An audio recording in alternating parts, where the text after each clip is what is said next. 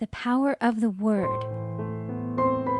By thy words thou shalt be justified, and by thy words thou shalt be condemned.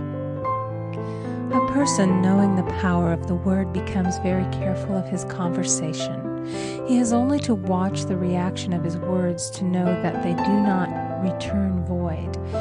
Through his spoken word, man is continually making laws for himself. I knew a man who said, "I always miss a car. It invariably pulls out just as I arrive." His daughter said, "I always catch a car. It's sure to come just as I get there." This occurred for years.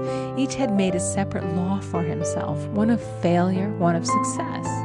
This is the psychology of superstitions. The horseshoe, or rabbit's foot, contains no power, but man's spoken word and belief that it will bring him good luck creates expectancy in the subconscious mind and attracts a lucky situation. I find, however, this will not work when a man has advanced spiritually and knows a higher law. One cannot turn back, and one must put away graven images. For example, 2 men in my class had had great success in business for several months, when suddenly everything went to smash. We tried to analyze the situation, and I found, instead of making their affirmations and looking to God for success and prosperity, they had each bought a lucky monkey. And I said, "Oh, I see. You have been trusting in the lucky monkeys instead of God. Put away the lucky monkeys and call on the law of forgiveness, for man has power to forgive or neutralize his mistakes." They decided to throw the lucky monkeys down a coal hole, and all went well again. This does not mean, however, that one should throw away every lucky ornament or horseshoe about the house, but he must recognize that the power back of it is the one and only power, God, and that the object simply gives him a feeling of expectancy. I was with a friend one day who was in deep despair. In crossing the street, she picked up a horseshoe.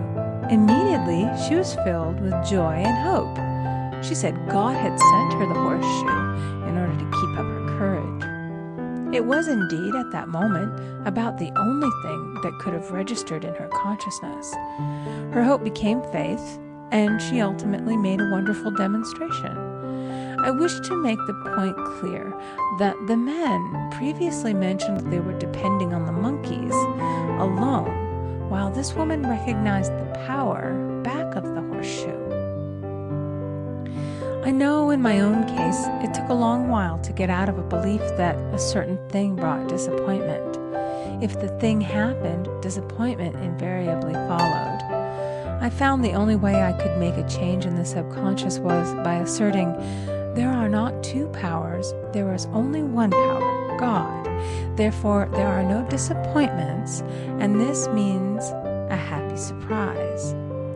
I noticed a change at once, and happy surprises commenced coming my way.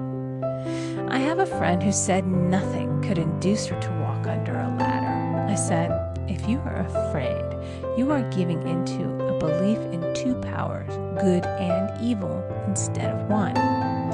As God is absolute, there can be no opposing power unless man makes the false of evil for himself.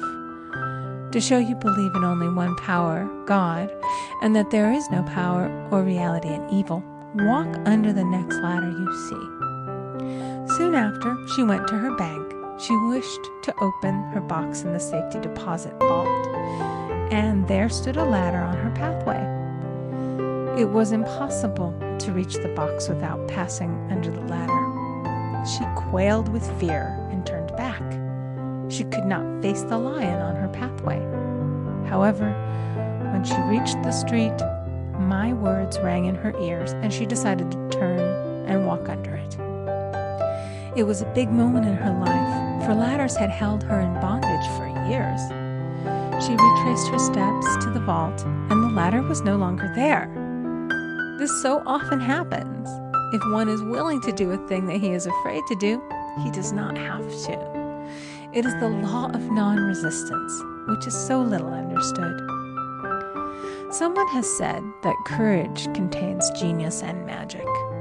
Face a situation fearlessly, and there is no situation to face. It falls away of its own weight. The explanation is that fear attracted the ladder on the woman's pathway, and fearlessness removed it. Thus, the invisible forces are ever working for the man who is always pulling the strings himself, though he does not know it. Owing to the vibratory power of words, whatever man voices, he begins to attract. People who continually speak of disease invariably attract it. After man knows the truth, he cannot be too careful of his words.